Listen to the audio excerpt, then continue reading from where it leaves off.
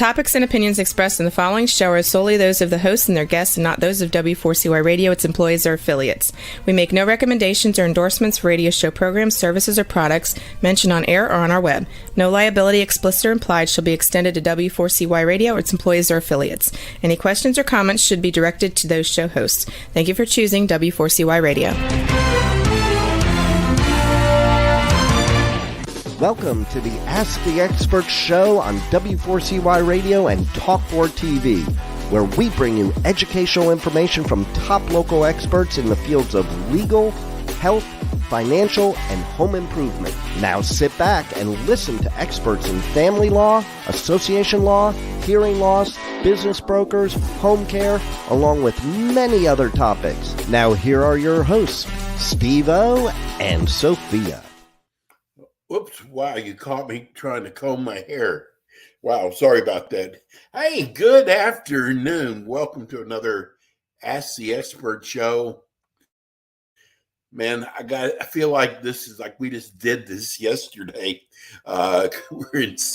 We're in 4 cities in the Florida area: South Florida, Orlando, Tampa, Palm Beach. And our guest, our expert today, they have been with us for 9 years. That's a long time. And I'm going to get to them right away because we had so many people holding and so many text messages last time. We didn't get to everybody. We will try to do that today. Let me introduce you to Alan Schwartzseed. I don't know. Alan, I know I butcher your name every time. And you know what? You come about a letter away from being correct every single time. So I'm going to introduce myself today, Steve. My name's Alan Schwartzseid. Thanks for having me. Schwartzseid. That's what I do wrong every time. And you say it feels like it was just yesterday. It almost was, depending on. Almost was. Yesterday. It was a whole 2 days ago, that last time we spoke. Well, Alan's an attorney with K. Bender Rimbaum. And folks, let me tell you, they are one of the largest community association law firms in the state of Florida. 9 years ago, I said, in Pompano and Palm Beach County, but you guys have grown so much. This is the easiest show to do. We're in 10 cities. This is our most popular show in all of our cities. And Alan, you helped make it that way. Thank you so much. Well, thank you. It's easy to get a big audience when you're giving out free legal advice. Yeah, right. Yeah. But, who's heard of a community association lawyer, though? People in our industry, and that's about it. People that have dealt with people in our industry is pretty much it. It's a pretty small niche. There are not a lot of people that are very knowledgeable about this area of law in the state of Florida. And, you got a lot of people that kind of dabble, but there's a very select group out of Florida that have been board certified. I think there's maybe there's less than 200 in the state. And out of those, 8 of them are with our firm. Well, here's how it works with this show. We really open it up to our listeners and viewers. If you're watching right now, you can see next to the screen, you can chat with us. We get a lot of people who will write a question in that way. During the month, we get text messages, which we get at least 25 or 30 text messages every month. We'll be saying those. And you can actually even call in at 561-623-9429. Let's get started. But before we do, Alan, tell everybody about K. Bender Rimbaum. Sure. Well, I mentioned that, all we really do is represent community associations. So this small area of practice that Steve mentioned is all our firm has really done since the 1990s. Robert Kay kind of created the firm, and Mike Bender then joined when I was there for my first 4-year foray into the firm. Jeff Rembaum joined, and it's just like you said, it has just grown consistently. We currently have 20 attorneys in the firm.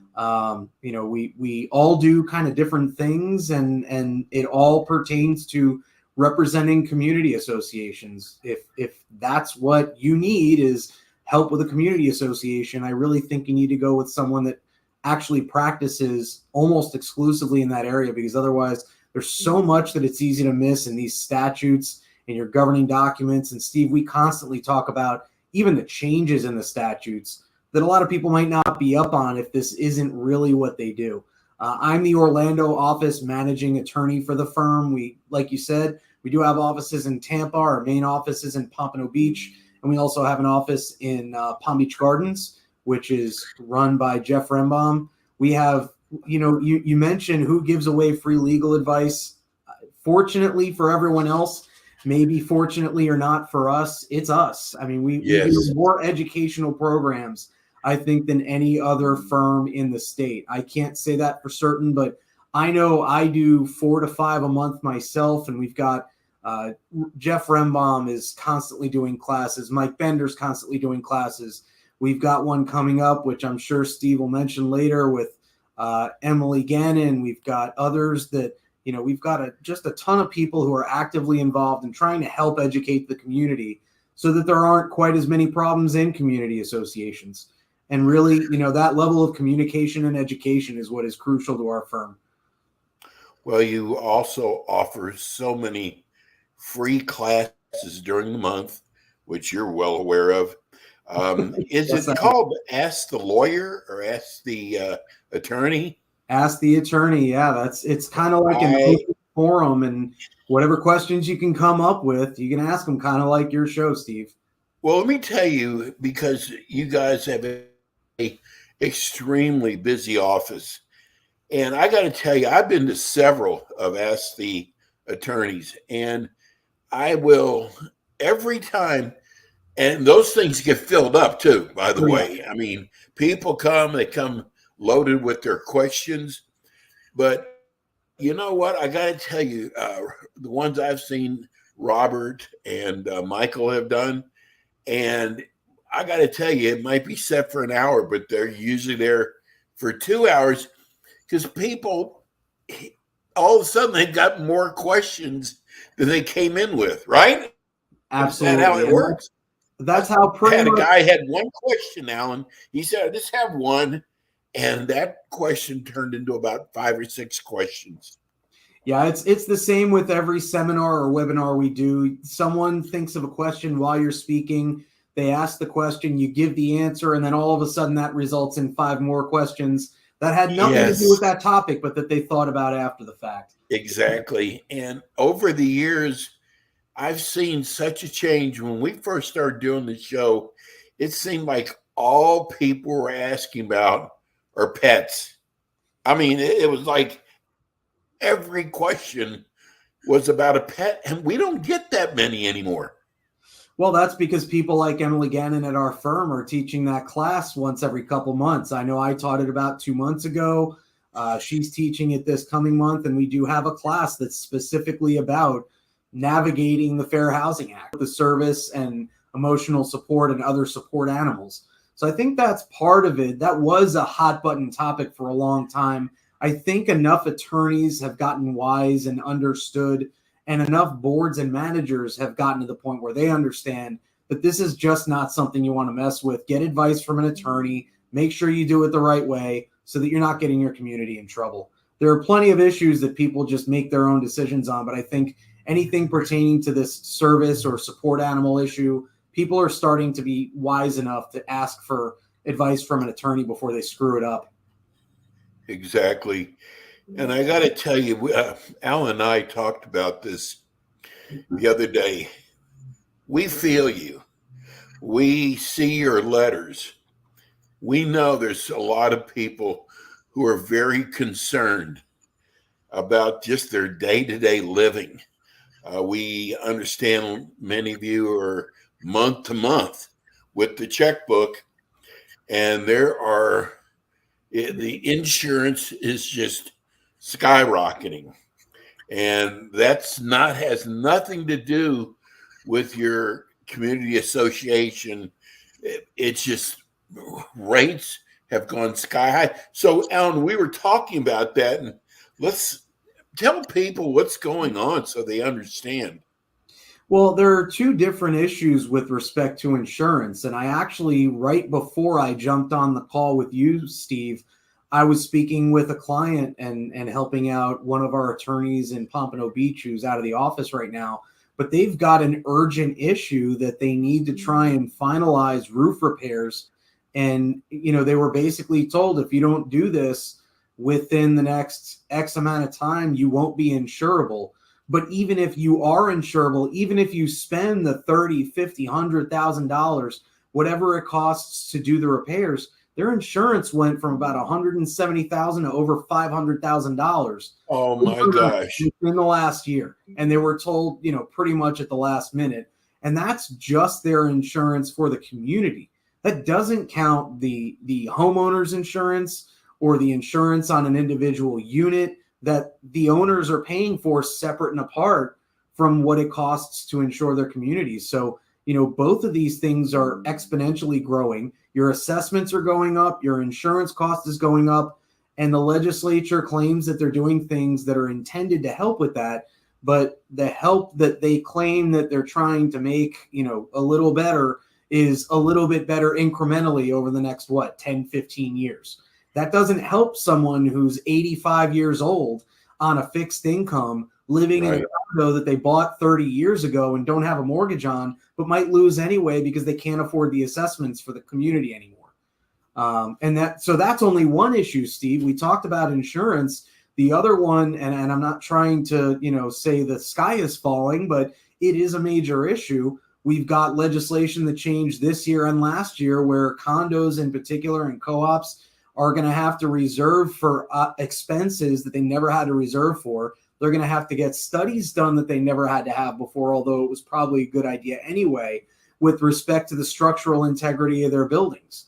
And, these are things where you used to be able to waive those reserves or reduce them or use them for some other purpose. Some of these, the legislature is basically saying these are so crucial. They are life safety issues, and you're not allowed to waive it. You're not allowed to not fully fund that reserve.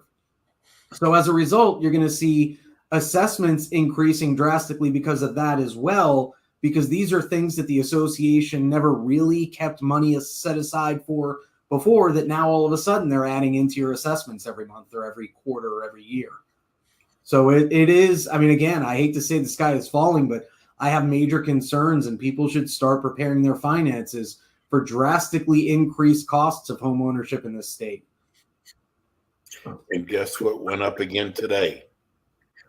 Mortgage rates are going up again. So, but, is there anything that Tallahassee can do?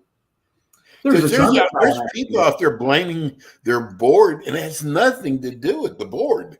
No, the bottom line is Tallahassee really needs to listen to the experts in this field of law in what is practical, what is feasible, and what is not. Because a lot of what the legislature is requiring, some of it's not clear, and we've got attorneys within our firm who are working directly on that, including myself. I know Allison Hertz is actively involved. She's in our Palm Beach Gardens office. I'm in Orlando, and we're working throughout the state with the legislators and, as part of a task force through the Florida Bar to try and kind of clean up the language and make it actually legible and make sense so that even your attorneys can tell you what you're actually required to do, which in some instances, even the experts can't do that right now.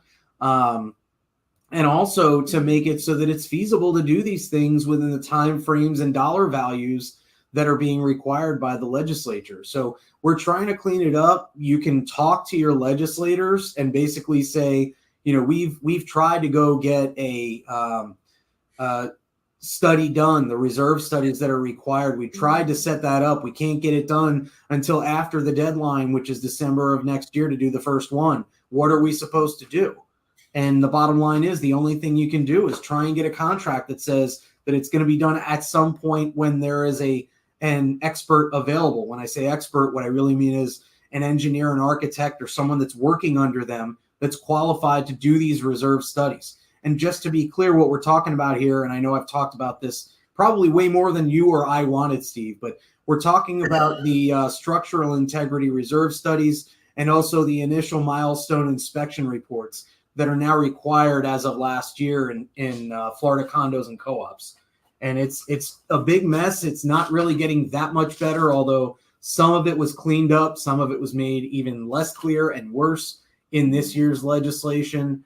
But all you can do is explain to your legislators the things that you're requiring of our community will destroy the community or will create, and this is the topic that I'll be speaking on at this year's Condominium Institute, the Miami one that is located in Boca Raton this year in late September. But it's a reserve crisis that we're going to end up with that is starting even now, because people are finding, okay, well, we got to start fully funding these reserves that we never had before. And all of a sudden it could be hundreds of thousands of dollars to your annual budget.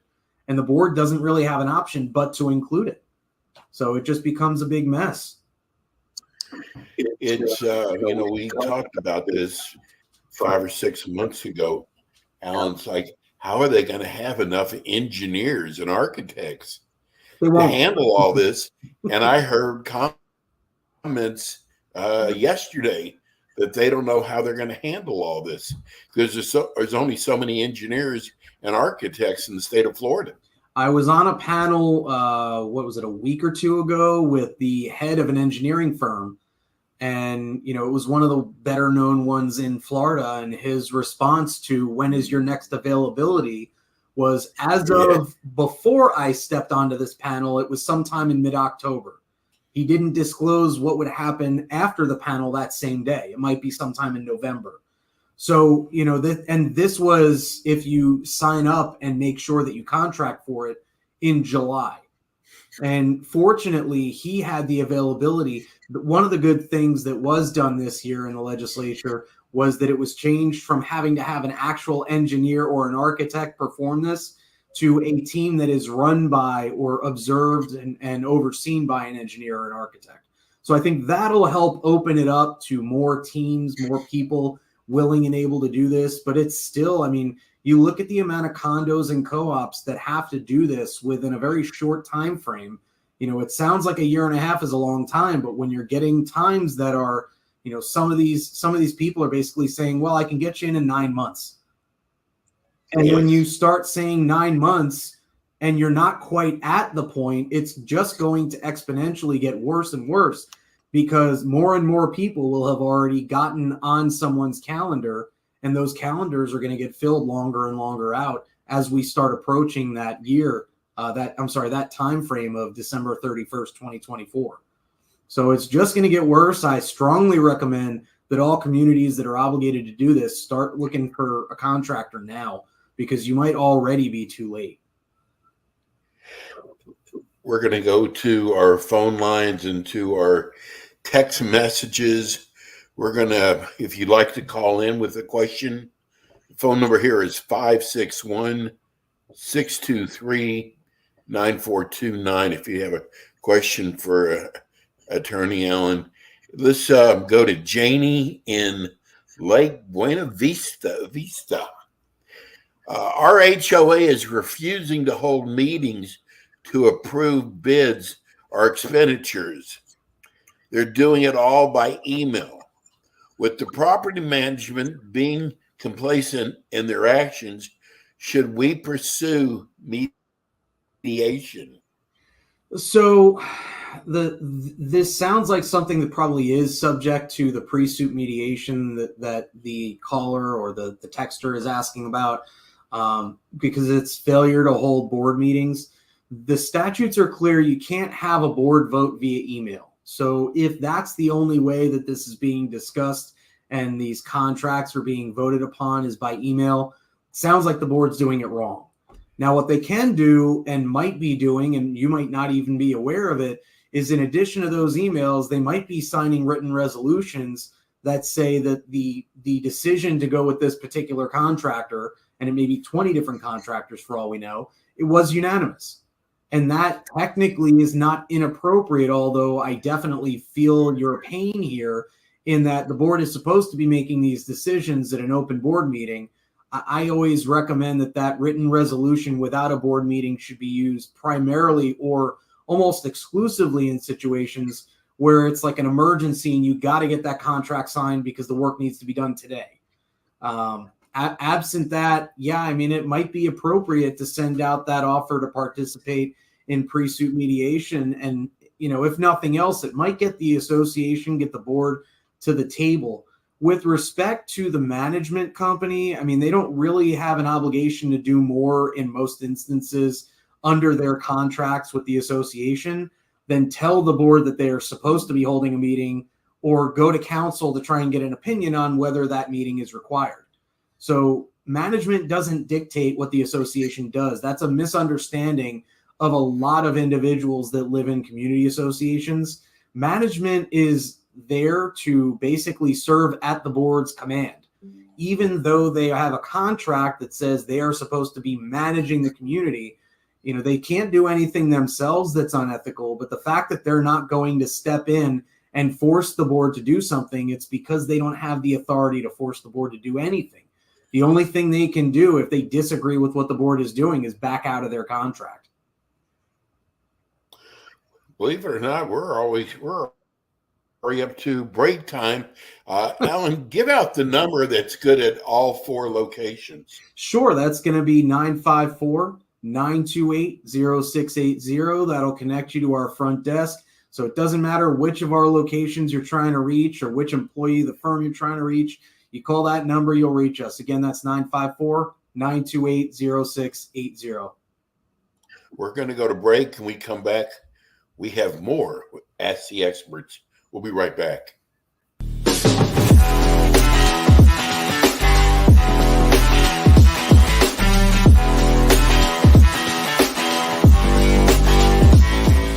K. Bender Rembaum is a full-service community association law firm dedicated to the representation of community associations throughout Florida. On kbrlegal.com, you can learn more about their offices in Pompano Beach, Palm Beach Gardens, Orlando, Tampa, as well as throughout Miami-Dade by appointment. Several K. Bender Rembaum attorneys are board-certified specialists in condominium and plan development law and assist clients with all matters of community association legal issues while keeping them up to date on new developments that affect their associations. K. Bender Rembaum is also a well-known provider of free legal education for managers and board members.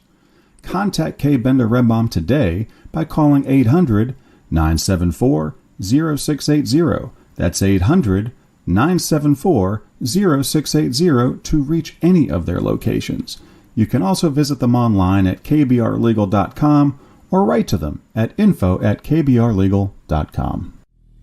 And we are back with the Ask the Expert show on W4CY Radio and Talk4 TV with your hosts, Steve-O, Sophia, and their expert guests. And we are back. This is the Ask the Expert show. I'm your host, Steve-O. We're with our great attorney Alan Swartzide. We are talking about community association law.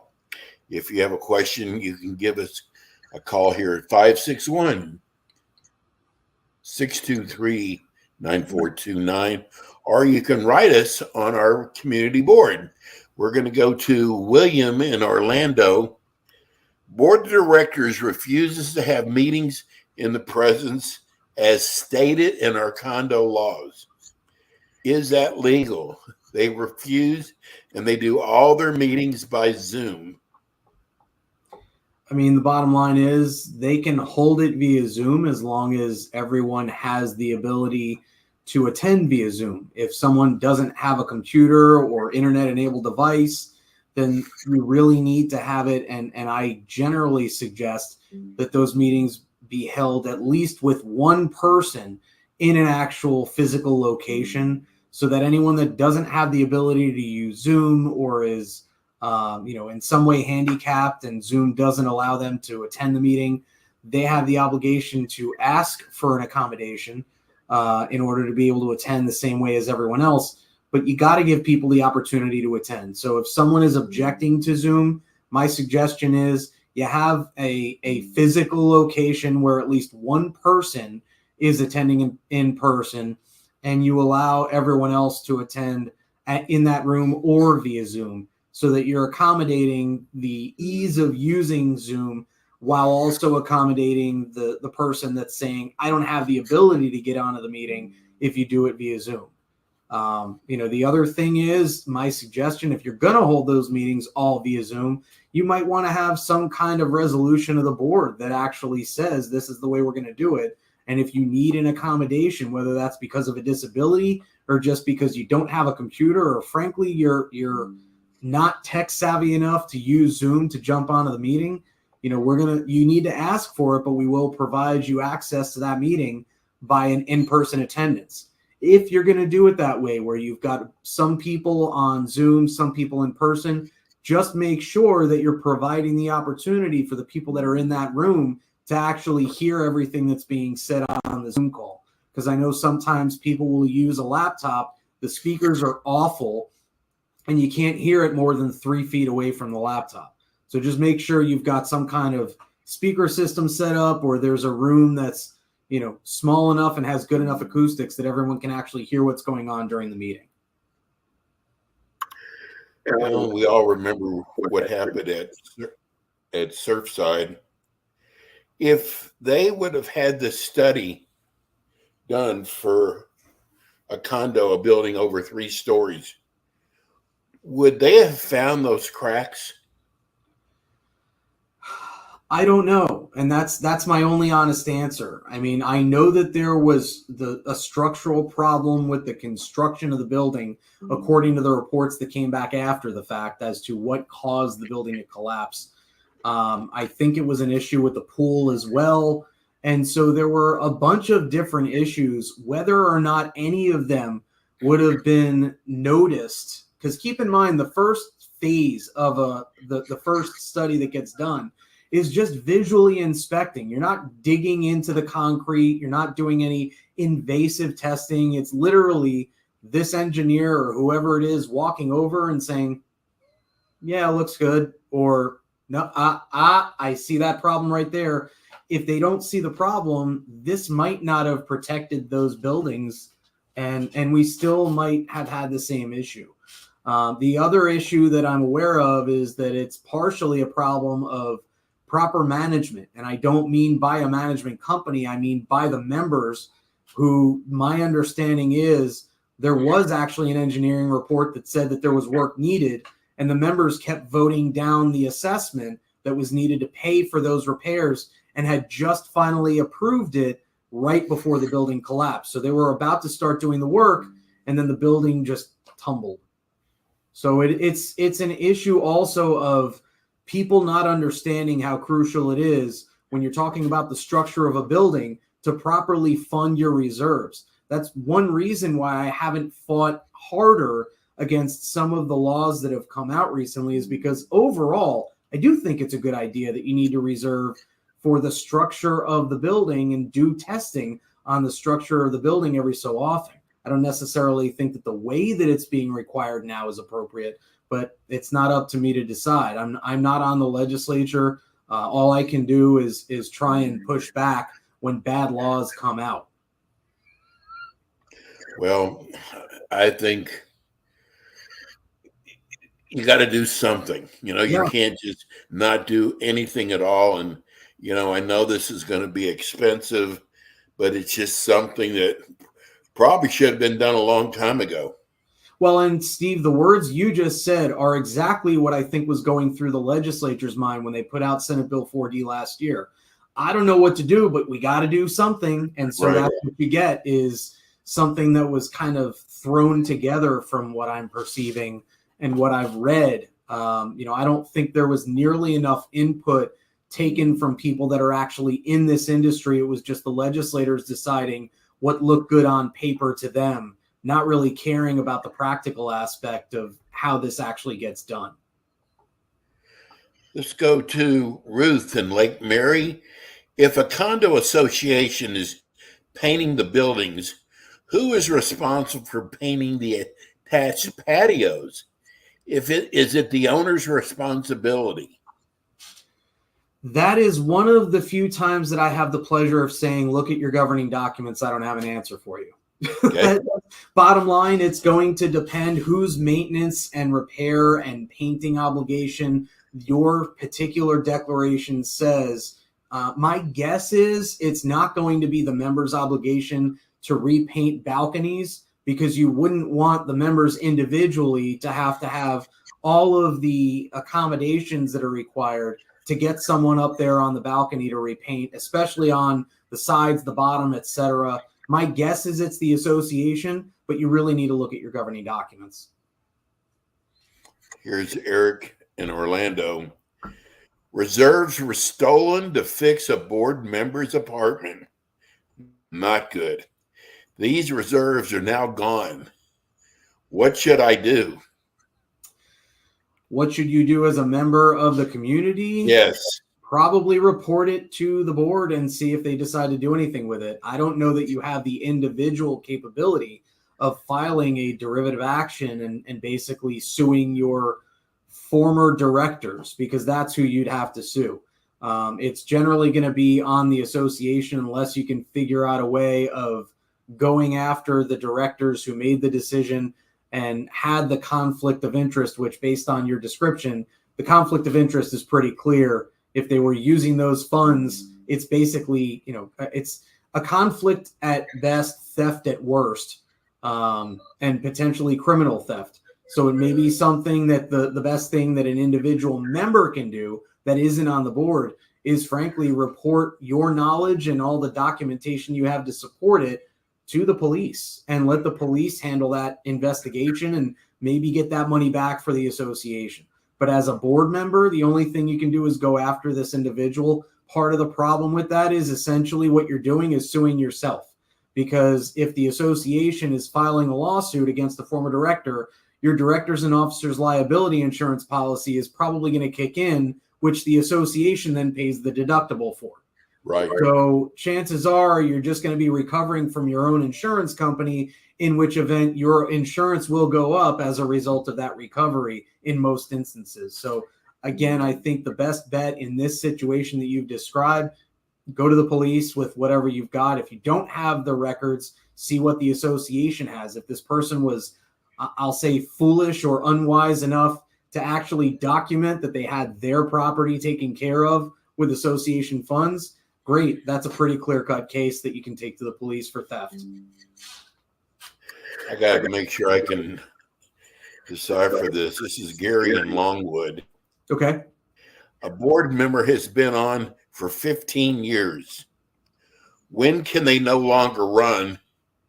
Is there an allotted amount of time that you can run on the board? So that didn't clarify whether we're talking about an HOA or a condo, and there is a distinction there. In an HOA, unless your governing documents say that you have term limits, then you don't.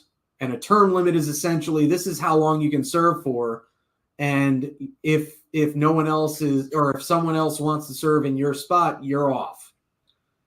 In a condo, the term limit is statutorily 8 years. But without getting into too much legal mumbo jumbo, that 8 years hasn't passed since the statute changed. So whether that is actually in effect yet is questionable under Florida law.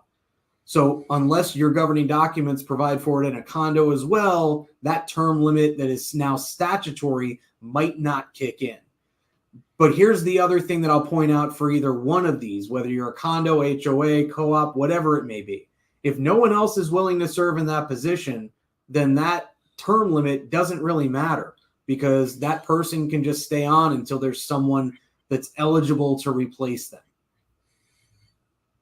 So unless, let's say you're in a condo and you're required to nominate yourself or be nominated at least 40 days in advance of the election meeting, if you've got a 5-member board and only 4 people have put their names in the hat, including this individual that's been on the board for 15 years, they're still going to be on the board because you didn't have an election meeting.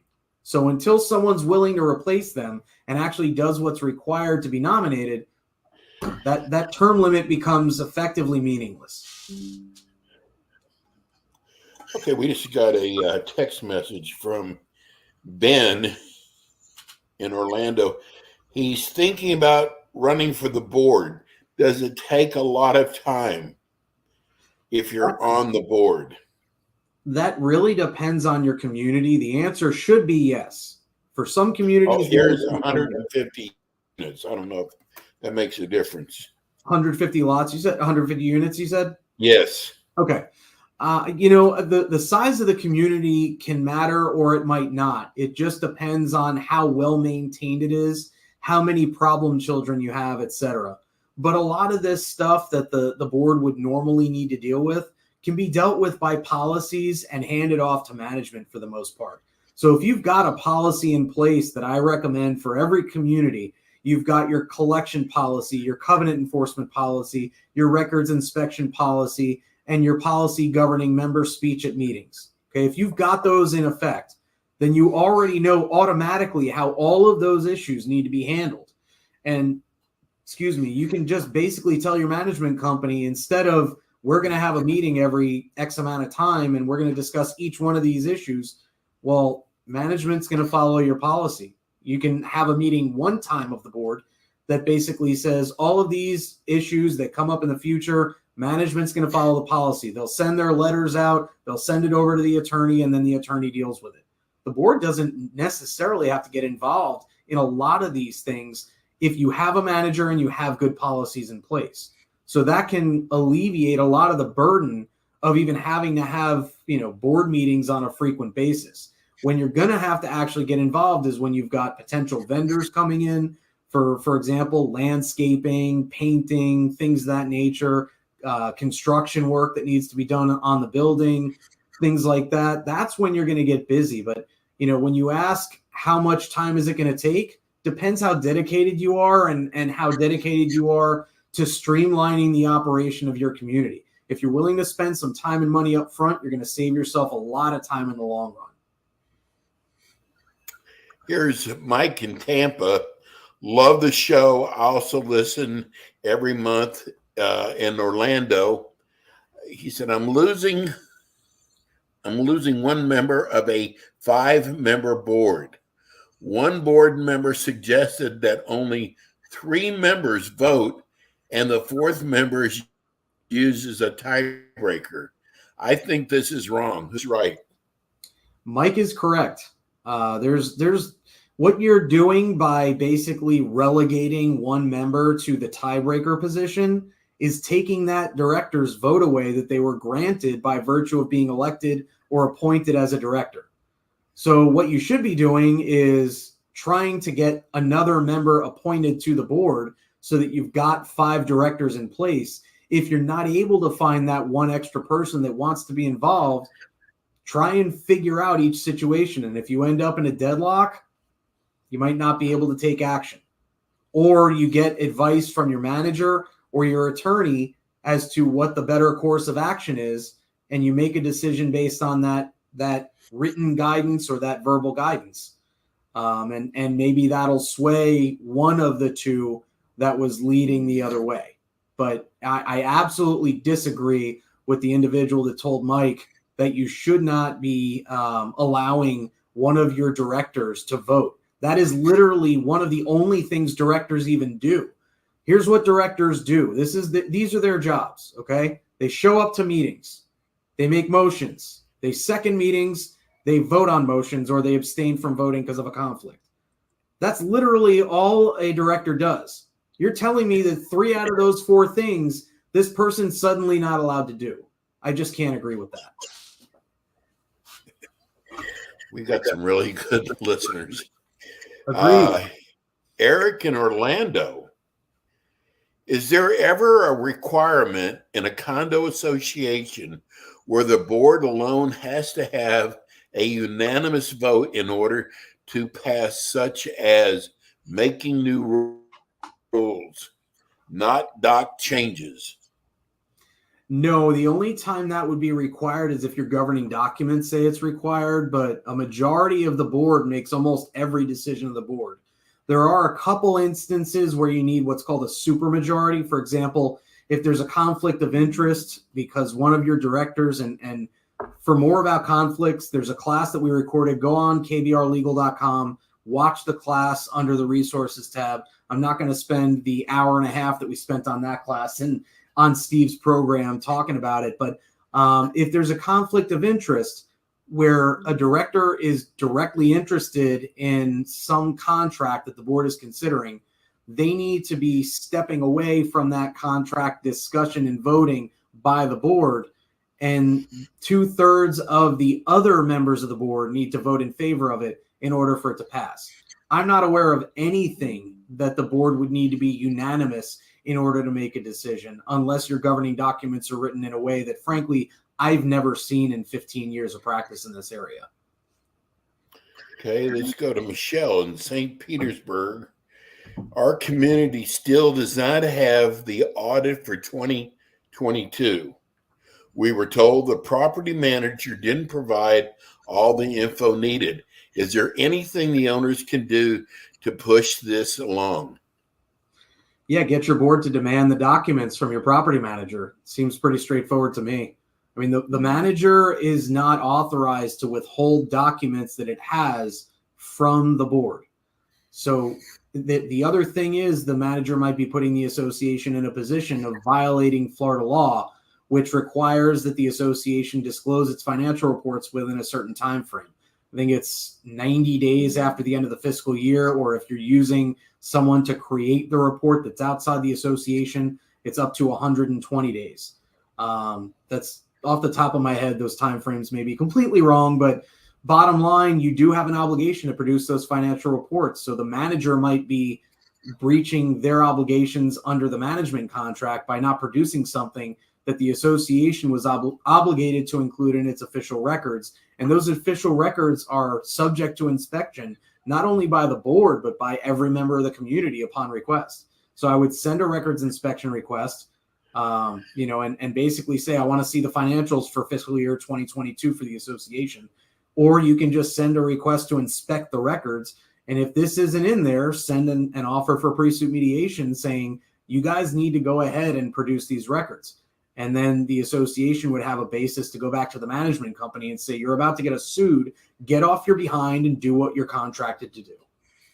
Now, this is not something I've frequently seen. I anticipate that this situation is actually the board not understanding that it's their obligation to produce these records, but it's entirely feasible that management is not understanding what their obligations are. This is from Skip in Orlando. Are poll votes by email allowed by HOA board members and then subsequently ratified in the next monthly board meeting?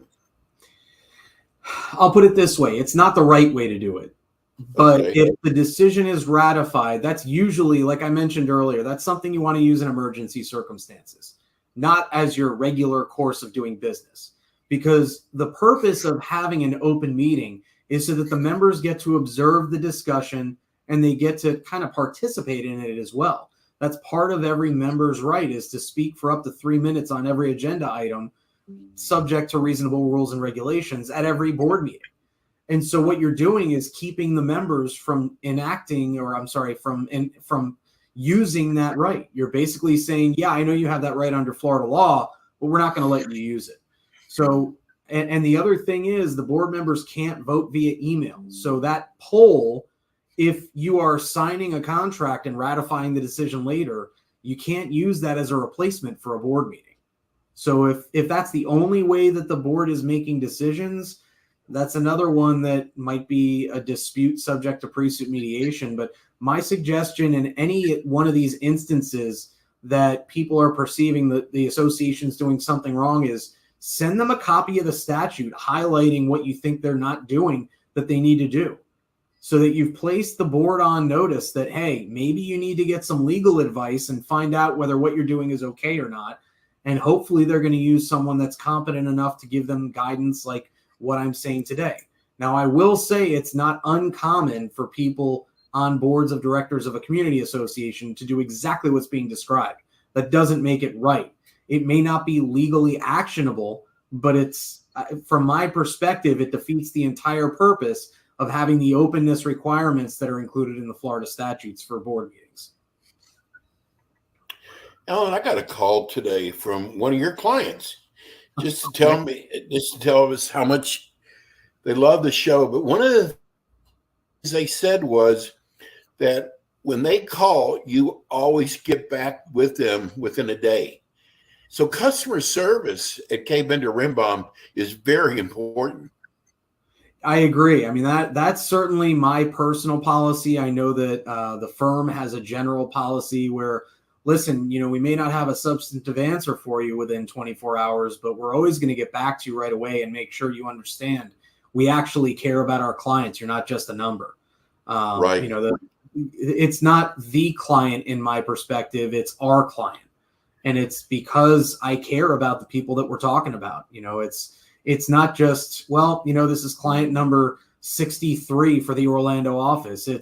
This is X community and it's board member whoever and manager whoever. And I'll know who those people are, by the way. I think that customer service in this industry is one of the most crucial factors you can have in a law firm other than competency, but it is sorely lacking in a lot of firms from what I'm hearing. Well, now you see why K. Bender Rimbaum is such a successful and large community association law firm. Let's give everybody the number one more time. Sure. It's 954-928-0680. And I always thank my partners. They made my email address very easy. And it's AS, my initials, @kbrlegal.com. So if anyone has any questions, I routinely respond to those types of just, hey, what do we do? Kind of like what we've discussed today, Steve. Not to take away from the questions that might be asked during your show, but, if I can help someone out, I'm happy to do it. You're the best. We will see you again next month with our Tampa and our Orlando show. Alan, we can never thank you enough. Great job today. Steve, thank you. And thank you all the listeners for observing what we're talking about today. Thank you. And that's Alan Swartzide. That's K. Bender Rimbaum. And we'll be back with you again next week with more Ask the Experts. Thanks for tuning in today to the Ask the Expert show on W4CY Radio and Talk4 TV. Tune in next week and every week to hear more from our experts on personal injury, insurance, air condition repairs, estate planning, Medicare, and many other topics in the areas of legal, health, financial, and home improvement. See you next week.